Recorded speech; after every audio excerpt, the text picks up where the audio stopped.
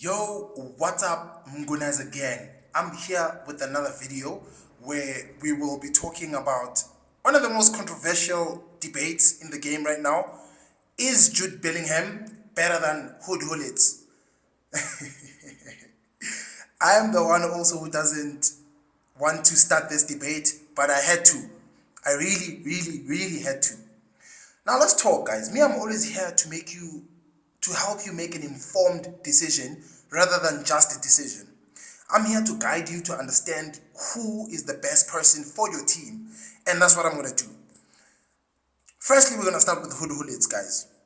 This is a cut and a half. This is a cut and a half, guys. Look at the alternative positions. He can play cam, CDM, and striker on top of the CM. So this guy could even play center back. I remember with his 96 rated card or 95, I don't remember, but like he could play center back, and I still believe that you can put him at center back and he will still perform. This guy is good. As I said to you guys, his skill moves are four star. He can do almost all the skill moves you'd want him to do, basic functionality. But one of his strongest points is that he has a strong foot of 5 star, a weak foot of 5 star. He's 6'3" tall, which is 191 centimeters. He's 88 kgs in weight. So basically he can bulldoze over a lot of players. His work rate though, attacking is high, defensive is medium. That is extremely good on my end, guys. I have nothing to complain about.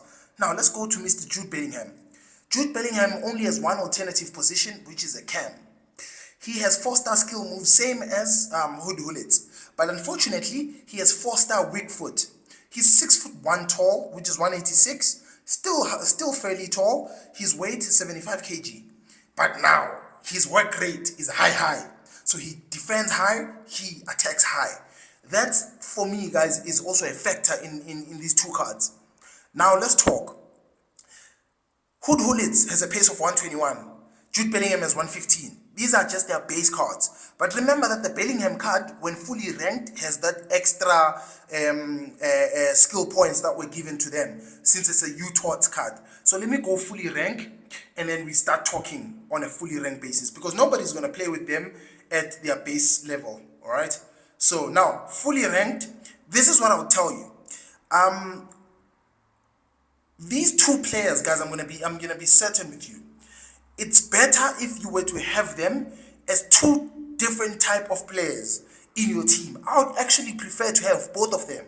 But now I'll rank them up according to how I think they should be ranked, and then you will pick whoever one is good for you. So as you can see, you have the awareness skill and you have the physicality skill on Hullits. I'll choose the physicality skill on Hullits and then give him the box-to-box skill, and then I would actually give him the awareness also, right? I would give him the awareness. The reason why I'm giving Hullits a box-to-box is because I want to exploit most of his defensive work rate, and he can go forward and backwards. But then somebody would come and say, but Jude Bellingham goes more forward and backwards than Hood Hullits, and I would agree. With that being said, I would then make Hullits I would actually now make Hullits awareness at 3, and then I would give him 1 for physicality, and then I would make him a roaming midfielder because he can defend and attack, so it's good if he roams around. And then for Jude Bellingham, I would actually give him the box-to-box because he's high attacking, high defensive. And then I'll also give him the passing.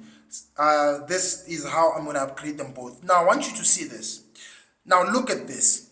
When you make Hullits a roaming midfielder, because of his pace, remember that Bellingham now has those extra stats. So that makes him a bit more higher stats than Hullits. On paper, Jude Bellingham is better. I'm not going to lie. On paper, Jude Bellingham is better. But once you understand that Hood Hullits' father owned this game, then that's when you get the debate. Then Hood Hullits would be there for you guys to hold down when Jude Bellingham is attacking. Hood Hullits is there to control the game. Hood Hullits is there to defend, because look at his defensive stats, look at his pace. So definitely he'll be there to help you go back. And also, let's not take not take anything away from his shooting, his passing, and his dribbling. It's quite good. It's extremely good, actually. Even his physicality is good. But then with Bellingham, guys, he would give you that ability to go back and forth. Since it's box to box, high work rate defensively, high work rate attacking. But in my honest opinion, I would tell you guys that you can actually rank them up interchangeably the way I did and own them both in one team. You'd have one dynamic duo. So all I'm just trying to say is that Bellingham is better. I agree on paper. But Gullit is an important part of the team because he's taller, he's more built, and he can control the game. Jude Bellingham will be your workhorse. He will be the workhorse. If you need him forward, he'll be there. Need him backwards, he'll be there. So basically, I would take Bellingham, obviously, over Gullit, even though I took Gullit over Bellingham because I have an attachment to Gullit. But if we were to be so analytic and be scrutinizing the two cards, I would advise you to go for Bellingham. He offers you more. But double teaming them both would give you the best central defensive and attacking stats in your team 100%, especially for those who play counter attack and what do you call and position based football. So basically that's all I'm saying. If we were to compare them one versus one, 100% go for Bellingham, but as a team, go for Gullit. But if you want somebody who can, because Gullit can do the same thing that Bellingham does, but I think Bellingham does it better. So basically, these are good if you pair them both.